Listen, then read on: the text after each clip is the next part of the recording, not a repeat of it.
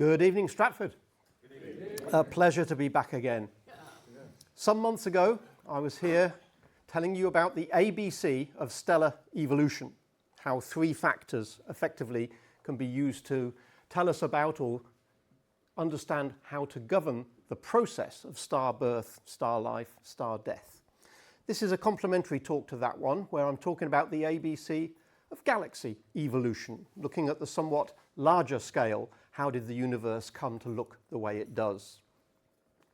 So, of course, we're all used to the idea that when we look out into the universe, not necessarily with small telescopes, but certainly with big telescopes, we can see wonderful structures that are out there. We can see galaxies, some of which appear to be individual, some appear to be interacting with each other, gravitationally pulling on some of their neighbors. And we see that there are lots of galaxies out there, probably hundreds of billions, possibly trillions of galaxies in the observable universe, and many of them contain hundreds of billions of stars. Some of them grand design, like this one with multiple arms, others with perhaps a pair of spiral arms. Some galaxies a little less distinct, like elliptical galaxies, which don't show quite the same beautiful structure. But we can still ask the question, how did we end up with a universe full of galaxies? So I'm going to be talking about the ABC, and in this particular case I'll tell you the ABC up front rather than halfway through the talk.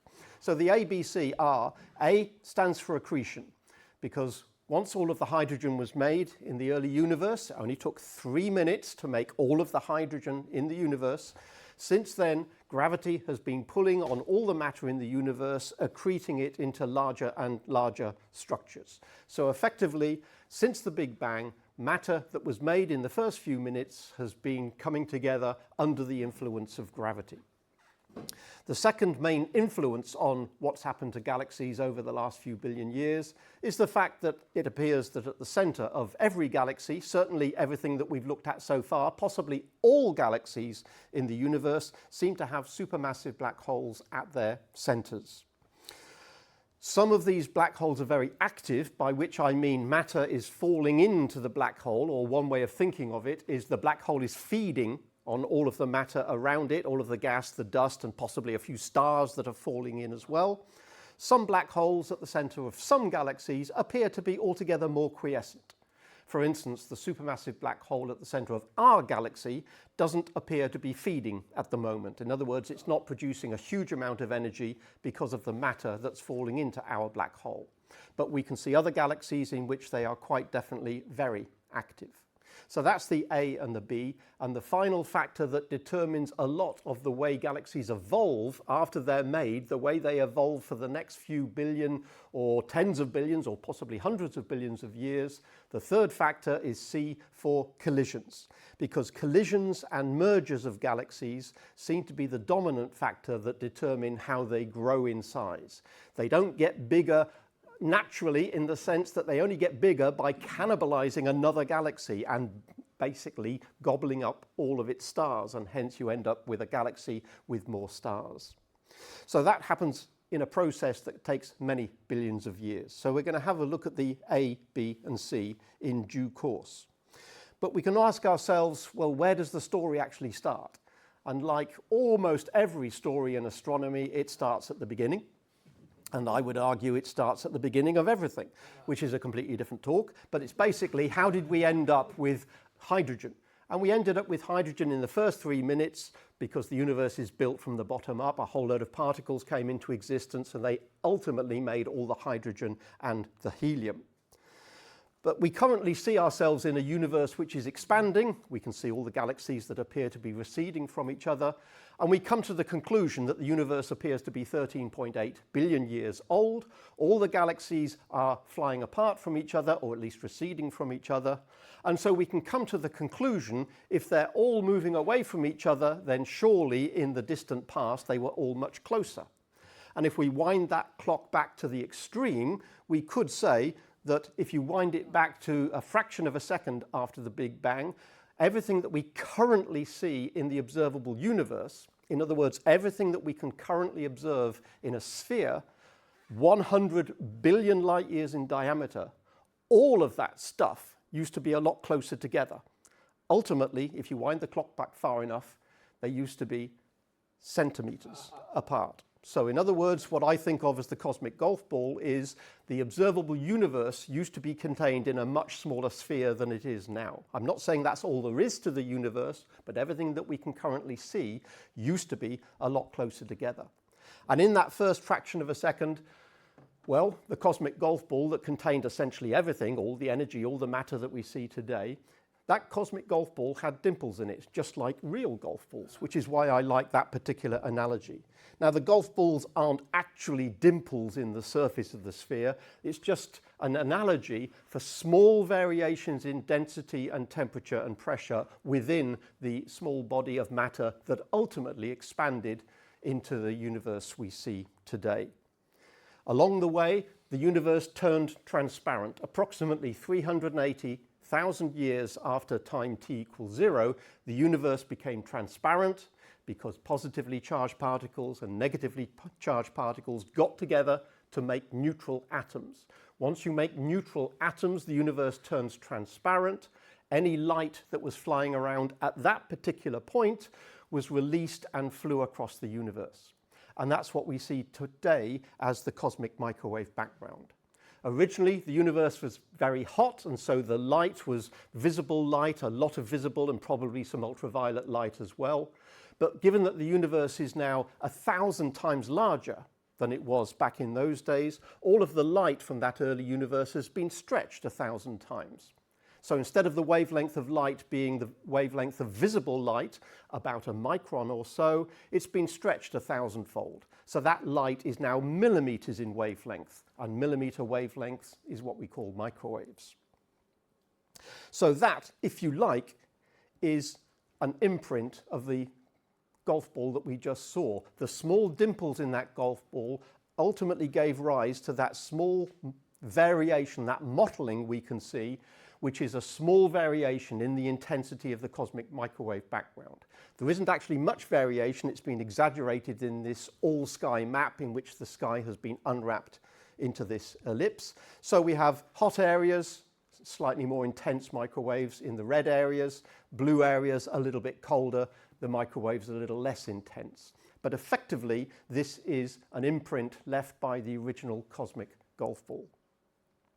But how did we go from that, something the size of a few centimeters that ultimately got bigger, eventually letting the radiation fly across the universe, how did we end up getting from there to a universe in which, where we look out with a Hubble deep field or something like that, we see thousands upon thousands of galaxies, even in a tiny field of view, making us think that the entire observable universe must contain many hundreds of billions or trillions of galaxies in order to see that many in a tiny field of view, far, far smaller than the apparent size of the full moon.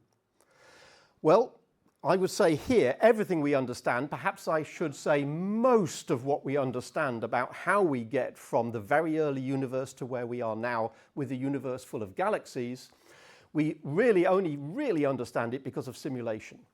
Yes, we can sit down and think about how it might work, but it's only since we've had the ability to do very sophisticated simulations that we've been able to verify that if we understand the laws of physics, assuming everything is okay with our understanding of the laws of physics, if we start with an early universe which we think existed according to Big Bang theory, can we watch that universe evolve and see if it evolves into the universe that's a good match for what we see today? There are lots of different simulations out there, partly because simulations have changed over the years. They've got more sophisticated, generally speaking, and also computing power has improved. So the computing power available 20 or 25 years ago, you could argue, wasn't really up to the task of simulating the universe and accounting for all of the factors that we would need to give us a realistic-looking universe. So I'm not going to talk through all of the different simulations. I just found one that seemed to do the trick. It's called the illustrious simulations, and I thought there's a few videos and images in there that I can use in this talk. The illustrious simulations were written by a large team, an international team. Various American universities were involved, MIT, Harvard, some UK universities like Cambridge, and other universities around the world as well. So very much an international team. If we have a look at one of those simulations, we can start with the cosmic golf ball and ask ourselves, okay, that imprints a small variation in density into the cosmic microwave background. So the early universe had a little bit of variation. Can we see how, over billions of years, that results in the sort of structures we see in the universe? Remember, when we look out into the universe, we see lots of galaxies, but generally speaking, they are not uniformly spread over the entire sky. Yes, the sky over there looks pretty much the same as the sky over there. But when we look at it on the largest of scales and take into account the distances to the galaxies, we see the galaxies tend to be clustered. Clusters of galaxies, superclusters of galaxies, galaxies that appear to be lined up along filaments, and other areas of the universe appear to be relatively sparsely populated with galaxies. So it's by no means uniform, and hopefully that will come out in the simulations.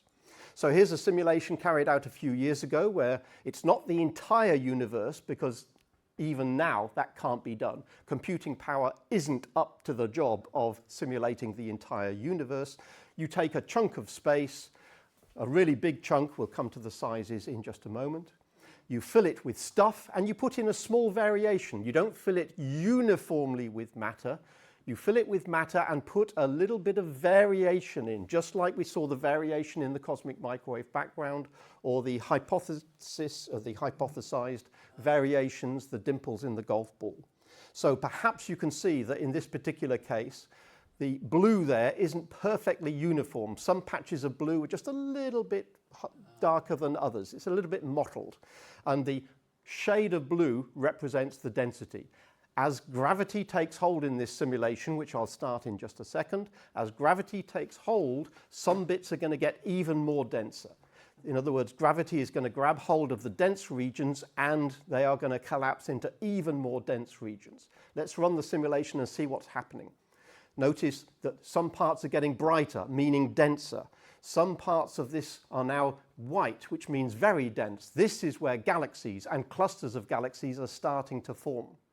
And notice also that some regions are getting darker. In other words, matter seems to be sucked out of these regions. And we end up with, after a few billion years, some regions which appear almost black, which appear to have very little in them. But other regions are very densely packed with what ultimately will become galaxies and clusters of galaxies. And notice they're not uniformly spread.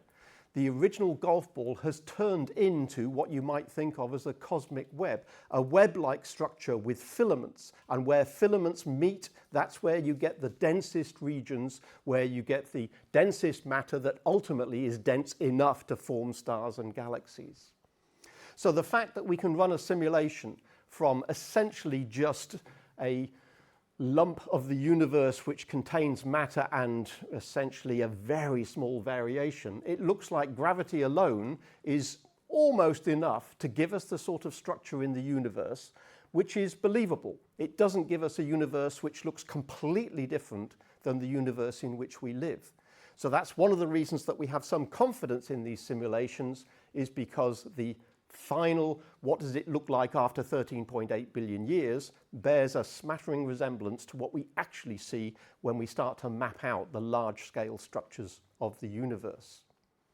What's thought to happen is that, according to these simulations, it's not only a question of can we see what happened, it's can we understand what's going on. And it looks like the nucleation of these galaxies that occur along these filaments are the result of matter that is effectively funneling down the filaments. That's not obvious from just looking at the simulation, but the people who run the simulation produce output which tells them what's actually happening is gravity is making some regions collapse, and then matter starts to funnel down the filaments and collect at where the filaments meet, and that's where you get the highest density regions, that's where you get the high density clusters and superclusters start to form. But unfortunately, for those that are trying to do these simulations, it is not, unfortunately, quite as simple as put a load of matter in a box, let gravity do its stuff, walk away, get a cup of tea, and then come back later and find if you've got a universe. Unfortunately, you do have to take into account, when you're trying to work out what's happening on the largest scales in the universe, you do have to take into account what's happening on the small scale. And that's one of the reasons these simulations are so hard. You can't simply say, let's calculate the big stuff and ignore the small stuff. You have to take both into account. And in particular, what happens when you start getting a lot of matter in a small space is you make stars. And stars are born, and stars live, and stars die. And when stars die, supernova or black holes can actually produce outgoing radiation which actually stops gravity from collapsing structures, or at the very least it impedes it. So these red regions you can see here, these red bubbles that crop up every once in a while, this is the result of stars living and then dying and generating supernova, or ultimately perhaps black holes, and the jets and outflows around black holes, not coming from inside the black holes themselves, but from just the region around black holes, that can be enough to slow down the matter that is being brought together by gravity. So in a sense, it's a battle. Gravity is trying to bring things together. Supernova and black holes are trying to push things apart. And it is absolutely crucial that you get that balance right.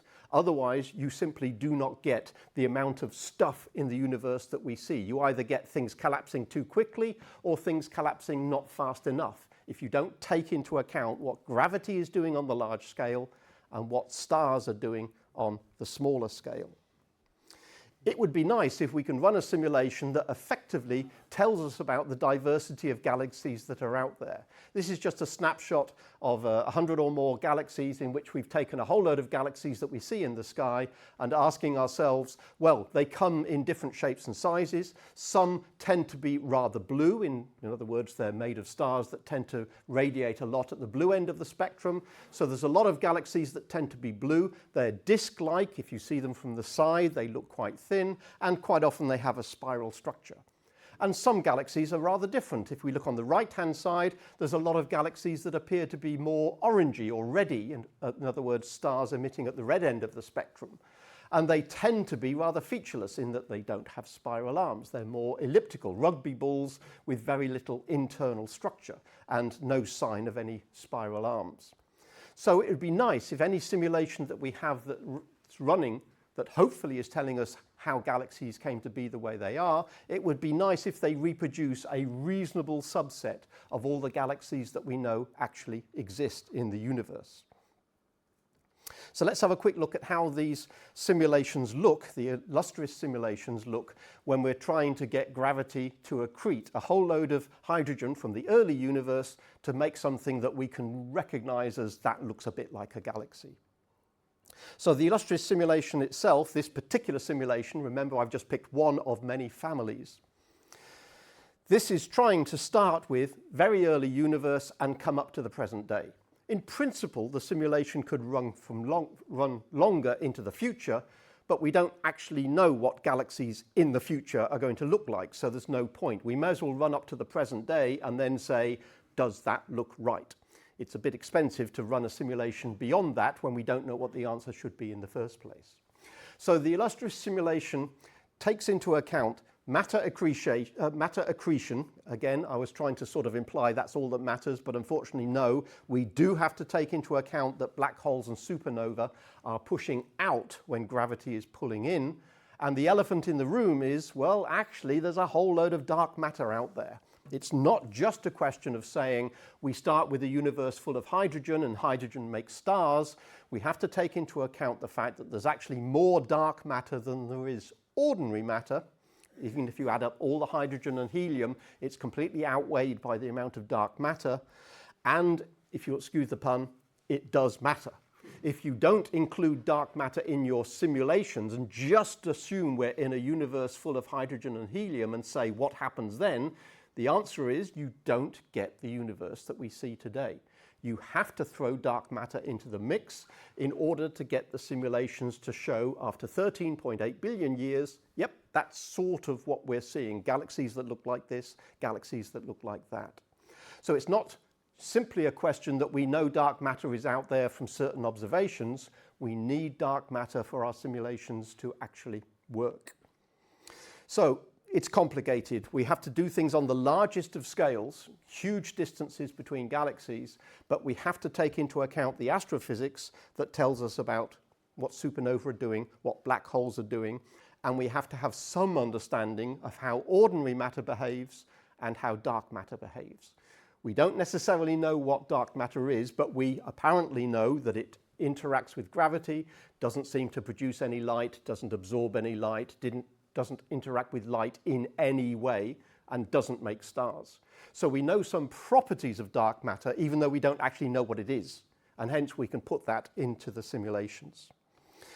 So the original illustrious simulations ran during the teenies there, between 2013 and 2015, for a few months. It ran for 20 million CPU hours, a CPU, a central processing unit, effectively one computer. So it's like having 20 million computers running for an hour. Once they had done that over a period of a few months, they got the results of their simulation and they said, this looks interesting, that's not too bad, but we can do better. In other words, in the year or two it took to run the simulations, the people who were trying to write the code realized that they could do a better job. We can build better physics into this. We can include this, we can include that, we can include that. And if we don't include that, maybe we're going to get the answers wrong, or we can't necessarily believe the answers. So they decided to rewrite Illustris. And so what did they call that? Did they call it Illustris version 2? No, because these are academics at universities who love science, and so they called it Illustris the next generation, because you can tell what their particular interests are. So this has now become simply known as TNG. As everybody knows that TNG means Illustris the next generation. And the Illustris TNG simulations ran for 200 million CPU hours over a latter period of that decade. And of course, if you're going to run 200 million CPU hours, you really do need a supercomputer. So yes, they ran on these huge supercomputers like Crays and other types of computer like that.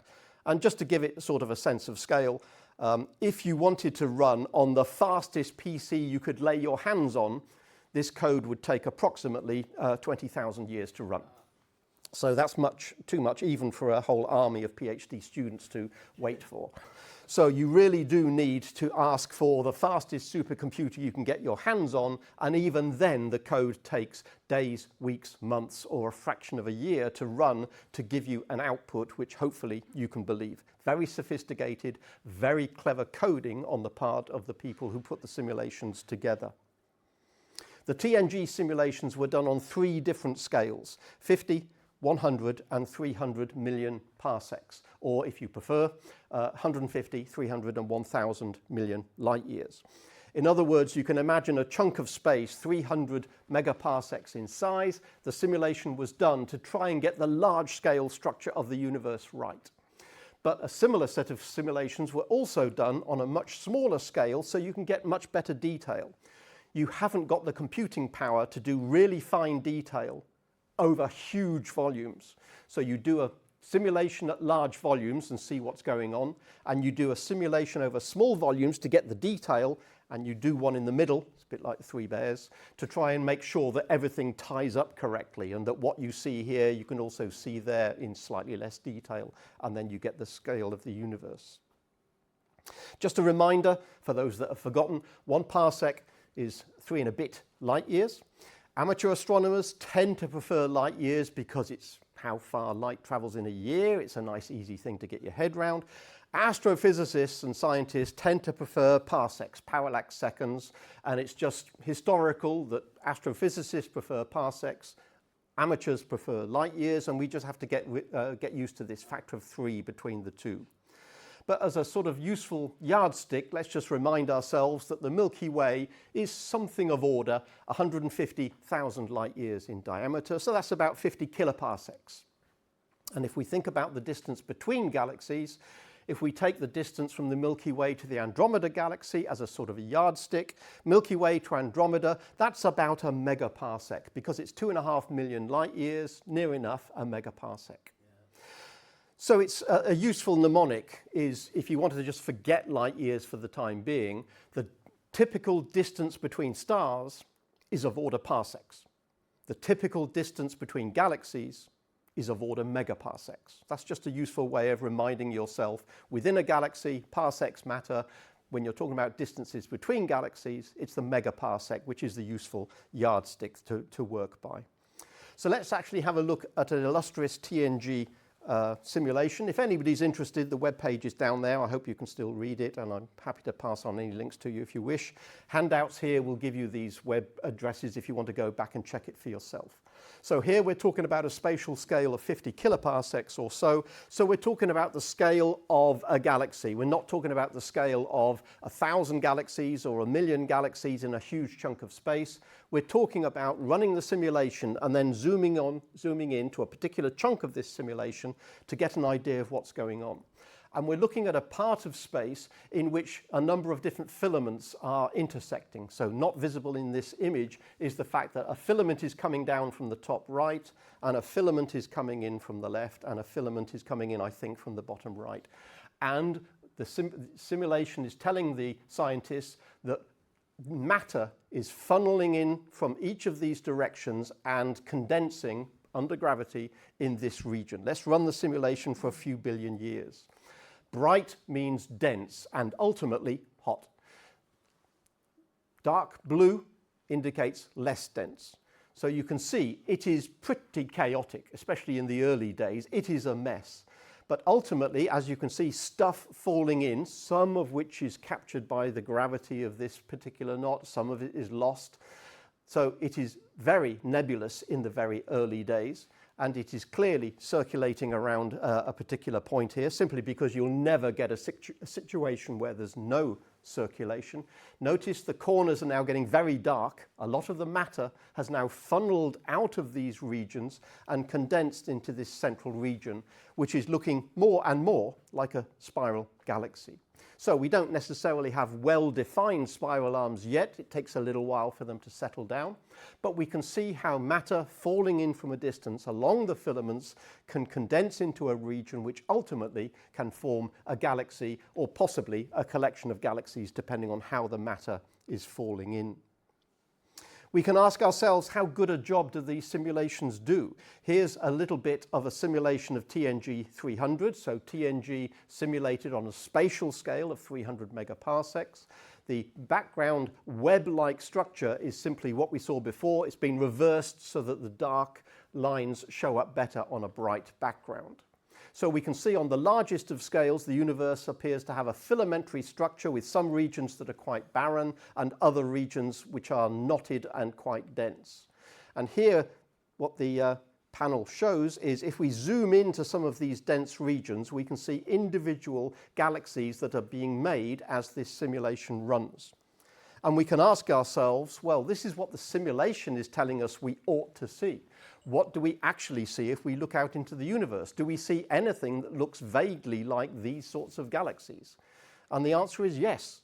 When we actually look at observations, do we see galaxies that appear to be colliding and producing a little bit of a tidal tail? Yes, occasionally we do see galaxies colliding and producing tidal disruption.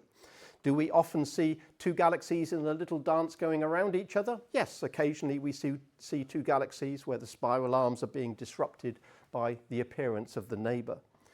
Do we occasionally see a galaxy that looks like this bottom one, which is a galaxy which appears to have a rather odd sort of ring around it, almost like a halo rather than a well-defined set of spiral arms? Yes, we do occasionally see galaxies that don't have well-defined spiral arms, but appear to be rather disc-like and perhaps even a shell-like structure. Not only do we see them, occasionally we can simulate them as well. So again, the more we do in terms of running simulations that give us galaxies that have some bearing on the sorts of galaxies that we see in the universe, the more confidence we have that maybe this simulation is telling us something real, something we can believe. But we wouldn't want to do all our calculations on a scale of 300 megaparsec. It's worth spending some of our computing time looking at a smaller region of space to see if we can pick out more detail in some of these galaxies.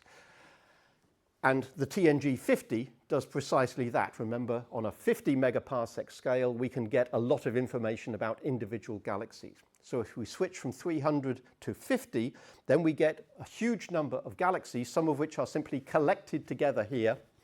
The left-hand colored panel is a whole load of galaxies that are showing up in the TNG 50 simulation.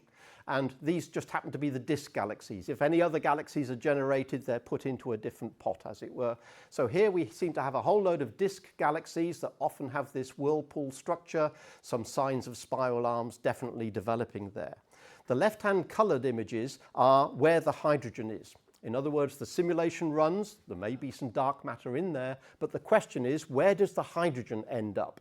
And the answer is bright here means that's where the hydrogen is. Each of these panels is a face-on view of the galaxy, and below it, a side-on view. In other words, you can see that most of these are disk, flat galaxies. So this is where the hydrogen is, and assuming that where the hydrogen is, that's where the stars are going to be made.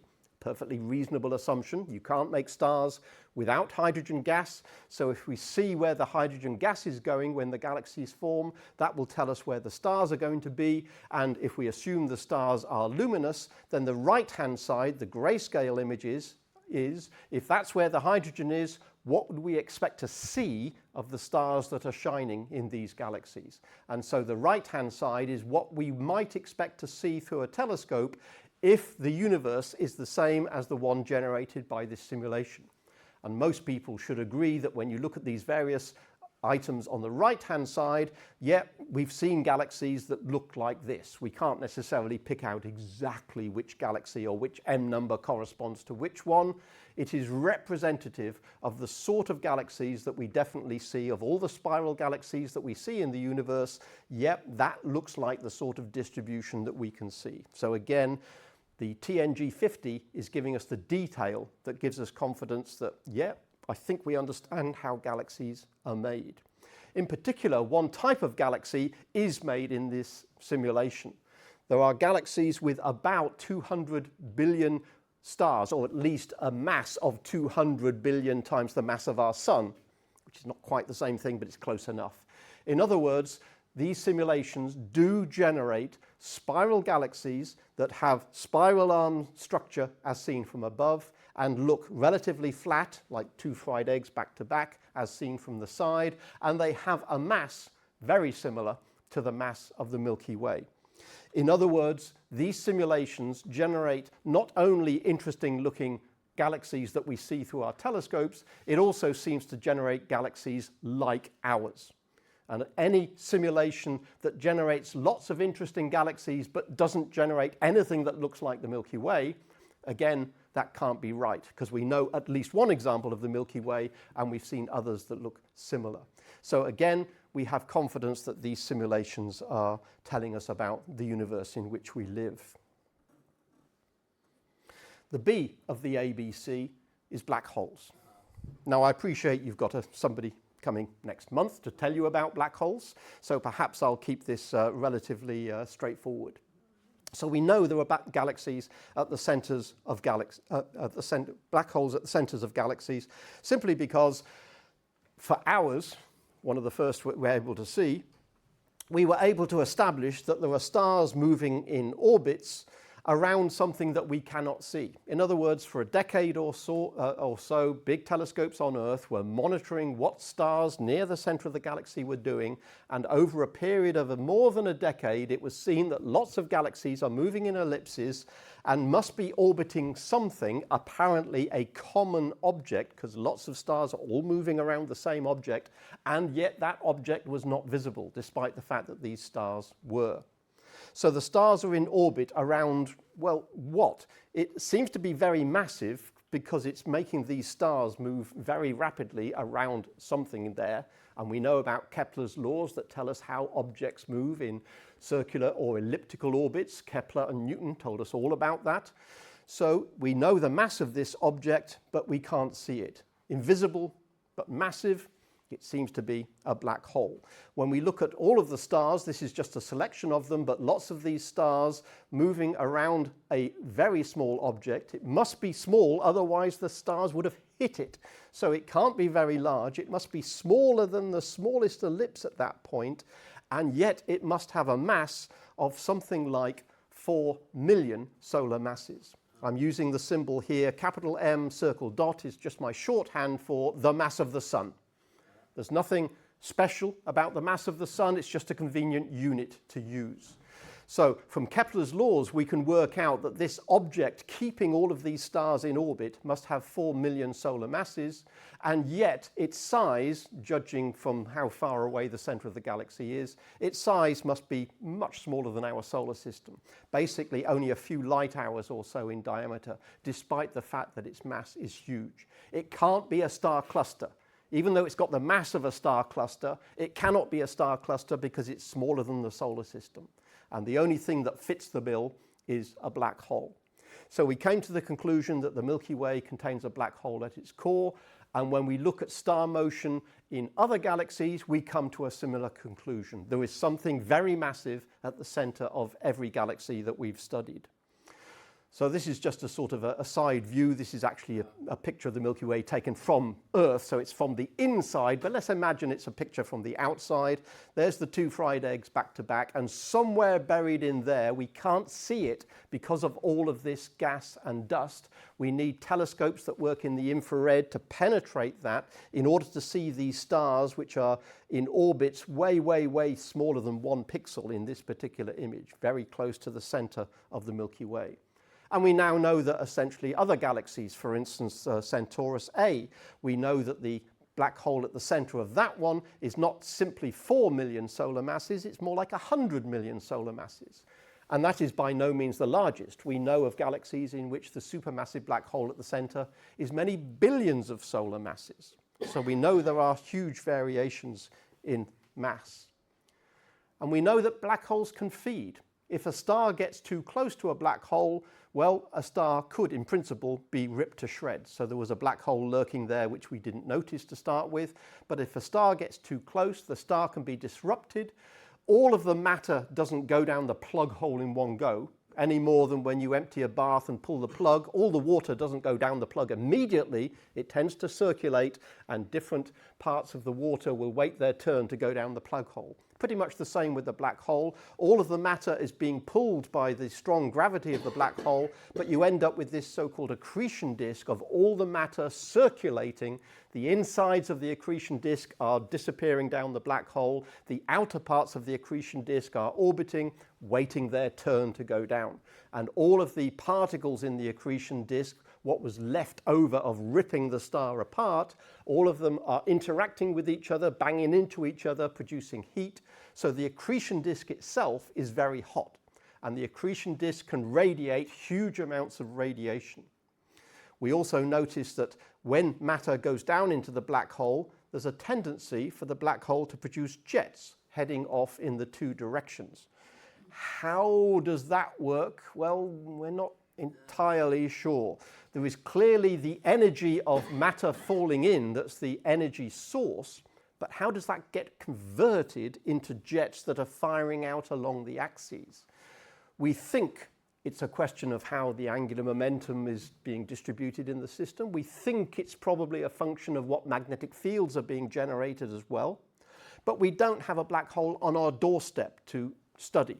And so a lot of this is conjecture. We're looking at various black holes, trying to get as much information as possible as when an accretion disk forms, why does it generate jets?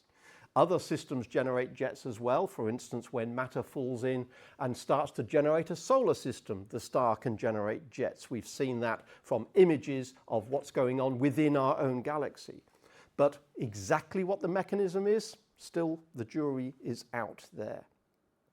We can see jets, for instance, in the galaxy M87. This is a pretty huge galaxy. There's a galaxy and there's a little bit of a jet. Let's look at it a little more closely with the Hubble Space Telescope. There's the galaxy and there's one of the jets coming out of the supermassive black hole at the core. Probably there's a jet going in both directions because it's very unlikely it's unbalanced. But if there's a jet coming in our direction, that's going to look a lot brighter than a jet that's heading away from us. So there's probably another jet going the other way, but it's just much fainter and more difficult to see. So this is one of the jets that happens to be coming in our direction. And in order to get a better view of what's going on immediately around a black hole, a few years ago, they put together this telescope called the Event Horizon Telescope. Strictly speaking, not one telescope, but a whole load of telescopes across the world, all taking data from this source at the same time. And all the data was then stored on hard disks and flown together, including the South Pole there as well. All of the data was then put into one place, and a computer trying to work out what would we see if we had a telescope effectively the size of the Earth. They were all acting like one big radio interferometer, and a so-called correlator, which is effectively a piece of software that says this is the signal from all of those individual telescopes, date stamped precisely as to when the data came in. Can I take all of that data and figure out what the object must have been that produced this data in this telescope, this data in that telescope, this data in that telescope, etc. And when they did that, they took the data from M87 star, the black hole at the center of the galaxy M87, and they came up with this image. So it's an image constructed from the radio data that came into lots of radio telescopes spread over the world. This particular supermassive black hole, SMBH, is thought to be about 6.5 billion solar masses. And it's got a big shadow in the middle because light finds it very difficult to get past the black hole, so we can't see the black hole itself, but light is finding it very difficult to get to us from that central region. And parts of the accretion disk appear to be much hotter, or at least brighter, than other parts of the accretion disk. And that's thought to be as a consequence of, if you look at this particular simulation, the accretion disk is a pancake, so as seen from above, it's just a pancake. But if we look at it from the side, it doesn't look like Saturn's rings because the distorting effect of the gravity in the center there is effectively allowing us to see the back of the ring. There's the top of the back of the ring, and we're seeing the bottom of the back of the ring as well. So although it ought to be flat, and probably is flat, the distorting effects of the black hole are allowing us to see over the top and under the bottom at the same time. And because of the rotation, the bit that's coming towards us is a bit brighter than the bit that isn't coming towards us. So that explains some of the variation. And so we think that's why we're getting this variation in intensity there. The same is true when we look at Sagittarius A star, the black hole at the center of our own galaxy. Our own galaxy center is much closer than the very distant M87, but it's a much smaller black hole. It's only a few million solar masses, not a few billion solar masses. So it's 1,000 times closer, but 1,000 times smaller. So on the sky, it looks very similar, which is why they decided to look at these two objects when they were doing this particular data run. And so this is what the accretion disk looks like around our black hole at the center of our galaxy. It looks, again, like it's got a few bright spots. We're trying to understand why it is and why two are bright and one perhaps a little less bright. This is a much trickier thing to deal with simply because it's much smaller and the accretion is such that the particles in this accretion disk are going round the black hole much faster. So you can't simply expose, it's like taking a long exposure. You can't take a long exposure when the whole thing is changing hour by hour by hour. You can't take a 12-hour exposure and say, let's see what's going on, because you miss this structure. So it's a much more difficult thing to analyze. And it's also been established that there's a little bit of polarization in there as well, which gives us a hint as to what magnetic fields are involved in the accretion disk of a black hole. But they're very different sizes, which this particular pane here illustrates. The M87 accretion disk is huge compared to the orbit of Pluto, for instance, if you use that as a scaling factor. If you imagine the center is where the sun is, that's how far Voyager has got. If Voyager left the center of this particular structure, it would only just have reached the accretion disk by now. So that M87 accretion disk, huge compared to Pluto, whereas the accretion disk in our own galaxy is small compared even to Mercury's orbit. A huge difference in scale. And yet you could argue that the accretion disks don't look that different. That tells us the physics of how accretion disks form is essentially the same whether the black hole is quite small or whether the black hole is actually huge. That's giving us useful information in terms of trying to understand the physics of what's going on when matter gets close to a black hole. But a reminder of just how powerful these jets can be, if we have a look at a galaxy called Hercules A, it's an elliptical galaxy, not much in the way of structure there in the middle. We think this galaxy, well, maybe not, but we think this galaxy below it might be at the same distance. Let's just pretend it is for the moment. If that galaxy there is at the same distance as Hercules A, that galaxy is probably a spiral galaxy like the Milky Way. So you can see that Hercules A is absolutely huge compared to the size of the Milky Way. But when you look at the jets that are being produced by the tiny, tiny, tiny black hole at the center, which of course, remember, is only sort of solar system size, not light years, not thousands of light years in size. The black hole is tiny, and yet it is producing jets, when you look at it in the radio, that are absolutely vast. When you think of the size of the Milky Way, these jets are millions of light years long. Radiation is pouring out of this supermassive black hole at the core, and whatever radiation that is, it is slamming into the intergalactic medium. You may assume that there's nothing in between galaxies. Wrong. There is stuff in between galaxies, and these jets are slamming into it and producing shock waves. It's an enormous distance and an enormous amount of energy that is being generated here. When a supermassive black hole is feeding voraciously, when lots of matter is falling into the black hole, that gives you the energy to basically generate large amounts of jets and large amounts of activity. So any supermassive black hole that's feeding is effectively generating a so-called AGN, an active galactic nucleus, basically a galaxy with an awful lot going on at the center. The most energetic of AGNs are called quasars. That's just the name they were given because when they were first seen, they were the most energetic things in the sky, and people were trying to figure out what on earth they were. And back in 2020, I thought I'd give this a crack. When we had lockdown, I couldn't go to the pub. I thought, is it possible to actually photograph one of these quasars without a telescope? Can I take my camera, stick it on a tracker, and take a picture of one of these quasars? So I looked up a quasar that was visible at this time of year, the middle of summer in 2020, and I got that very unimpressive dot there. But when you bear in mind that this quasar is at a distance of 25 billion light years, it's on the other side of the observable universe, and yet you can pick it up with a camera without a telescope. Yes, it's only a few pixels. Yeah, right. But this galaxy is at an enormous distance, and the only reason you can see it is because the amount of energy that's coming out of this quasar. At this distance, just to give you an idea, redshift of 4, at this distance, the galaxy would be receding from us at more than twice the speed of light. That's an indication of just how far away this galaxy is. But you can pick it up with a camera on a tracker simply because of the amount of energy being produced. So we know there's a relationship between the black hole at the center of a galaxy and the galaxy mass, strictly the galaxy mass of the bulge in the middle of the galaxy. So down here is the Milky Way, relatively small galaxy, relatively small black hole. At the other end of the diagram, there's M87, a fair monster galaxy with a big mass of the galaxy and a huge mass of the central supermassive black hole. So they appear to be related.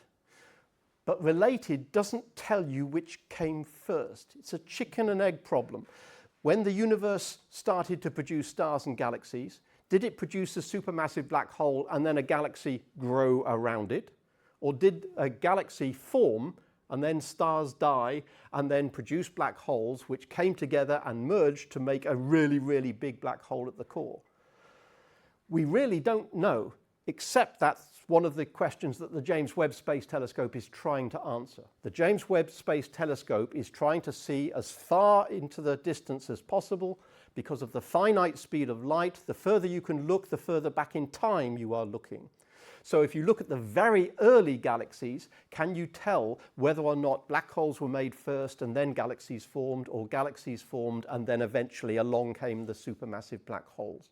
That question is just starting to be answered. We're not too sure, but there are clues in there. In a few more years, James Webb Space Telescope hopefully will have answered that particular question. So let me finish by talking about the C of the ABC, collisions. We can easily be fooled into looking at beautiful images like this in magazines or on web pages and thinking of galaxies as being static. Yes, we know they're rotating. We know we are going around the Milky Way. We know it takes hundreds of millions of years for a galaxy to rotate. But still, we have so many images like this, we tend to forget that a galaxy is a very dynamic environment because we're thinking on the wrong timescale. We haven't got the patience to watch this for 1 billion years to see what it does. But when we look with images into the distant universe with Hubble or James Webb, we see that galaxies are interacting with each other. That is much more common than we thought a few decades ago. A few decades ago, we thought galaxies were all isolated island universes. But now we realize galaxies are very much aware of their neighbors. The distance from one galaxy to the next tends to be a lot less than, relatively speaking, the distance from one star to the next. We don't interact with Proxima Centauri because it's 4 light years away, and that's a huge distance compared to the size of the Sun. But we are interacting with the Andromeda galaxy because although it's 1 million light years or more, that's not much compared to the size of the galaxy. So there's a relative spatial scale there, which means galaxies do interact with each other. And although we can take pictures like this and say, well, clearly there's something going on because this spiral galaxy appears to be interacting with this other one and producing the Rose galaxy, as you can see here, the Rose galaxies, you can only really appreciate what's happening by running simulations, because then you can see what happens over billions of years, not simply take lots of snapshots and try and figure it out. And again, simulations have changed our understanding of how galaxies end up looking like that. Because if we run another simulation from the TNG family, this time over a relatively large scale and quite a long time, we see that it's not a question of one galaxy in isolation to another galaxy. It is an absolute soup. So there's a whole load of galaxies, all of which are interacting with each other, and occasionally you see them distorted by getting close to each other. There's a big galaxy coming in from the top, there's a big galaxy coming in from the bottom, and they are gravitationally attracting each other, and they will smash into each other, and they will then stop and then come back together again, and then they will settle down, and eventually they'll merge into one even bigger galaxy. And along the way, they will hoover up some of these smaller galaxies that are around. Our Milky Way is surrounded by dozens, if not hundreds, of small satellite galaxies. And it looks like that's quite common. If I run that simulation one more time, we can see all sorts of galaxies getting distorted by some of their neighbors. When galaxies get close, which they tend to do when they're in clusters, you will always get these distortions. There's one that appears to have been half ripped apart, and the stars spread over enormous volumes. So again, you can see galaxies merging with each other, growing simply because one is cannibalizing the other, or they're merging together, or the large galaxies cannibalize the smaller galaxies. As time goes by, it's getting darker and darker in the corners as more and more matter is getting effectively merged with this mega galaxy that's growing in the middle. And it's only when you see simulations on this scale you realize just how dynamic the whole process is. We tend to think of the Milky Way just sitting here doing nothing. In fact, it is interacting very strongly with the Large Magellanic Clouds, with other galaxies, and indeed the Andromeda galaxy. Now, we know that when we look at clusters, we tend to see clusters that tend to be the reddish elliptical galaxies, rather than, for instance, large collections of bluish spiral galaxies. That's simply because when you have galaxy clusters, they are much closer together, they are much more likely to collide with each other, they're much more likely to merge with each other, and when you get galaxies merging, then probably you'll end up stripping their spiral arms and generating elliptical galaxies. So it's no surprise to find the really crowded galaxy clusters are actually full of elliptical galaxies rather than spiral galaxies. If we see what's going to happen when the Andromeda Galaxy and the Milky Way eventually come together, we're only a megaparsec apart. We are gravitationally pulling on each other. In a few billion years, the two galaxies will effectively pass through each other. We're not sure exactly if it's going to be head-on or not, but almost certainly the two galaxies will pass through each other. It's unlikely that any star is going to hit any other star, but all of the gas and dust in one is going to mix with the gas and dust in the other. And that is going to produce a whole load of new star formation. And maybe we'll end up with an elliptical galaxy with no spiral arms, perhaps. But if we want to get an idea of what it would look like if we set up a camera on a tracker and started taking pictures of the sky as this happened, okay, that's what it looks like now. If you want a nice picture of the Andromeda Galaxy, you need a telephoto lens to get it nicely framed in your camera. But if we wait a billion years, it's going to get huge. If we wait a few billion years, it is going to occupy half the sky. You're going to need a wide-angle lens, not a telephoto, if you want to take a picture of Andromeda at this point. And after a few billion years, the galaxies will start to pass through each other. And then you will not be able to tell which star came from which galaxy. There will be a riot of new star formation. All the pink regions here are regions in which the hydrogen clouds have been disrupted by the gravitational pull of the two galaxies passing through each other, and so you get new star formation. So galaxy collisions are by no means the end of a galaxy's life. You could argue that they are the rebirth of the galaxy because of the new star formation that is going to result. The two galaxies will pass through each other, and you'll end up with stars that might have been part of Andromeda and stars that might have been part of the Milky Way. Eventually, they will settle down after a few billion years, and you will end up with perhaps something that looks a little bit elliptical. In other words, you won't see any beautiful spiral arms in the sky. You'll end up with a bit of a mess, but there will be a bright patch, which is where the center of the Andromeda Galaxy used to be, a supermassive black hole there, and a bright patch where the supermassive black hole of the Milky Way used to be. It'll be a while those two black holes orbit around each other, and it'll take a few billion years before eventually those two black holes merge together. It could be that we call this new galaxy Milkdromeda because we can't call it the Milky Way anymore, and we can't call it the Andromeda Galaxy anymore. So we'll have to find a name for it. It could be Milkdromeda, it could be Andrilke, it could be Androway. Doesn't matter, we've got 5 billion years to figure out the new name, so that's okay. We can take wonderful photographs for a few billion years, and then we can worry about the name we give to the new galaxy. Perhaps we'll end up making a quasar, because these two new supermassive black holes will be feeding. There'll be there's so much matter going into both of these black holes. Enormous amounts of energy are going to be coming out. At the moment, the Milky Way and the Andromeda Galaxy, supermassive black holes, are both fairly quiescent. Not much is happening. As soon as you ram them together, stuff will fall into both black holes, and you might end up with a galaxy which turns into a quasar. Maybe that'll be bad news for the Earth. We've got other things to contend with, like the sun becoming a red giant and loss of a magnetic field and other things. But it's interesting to note that one day we may be living inside a quasar, effectively, or next door to a quasar. So there's the ABC. The only three things you really need to understand to get the big picture is that gravity accretes everything, if it can.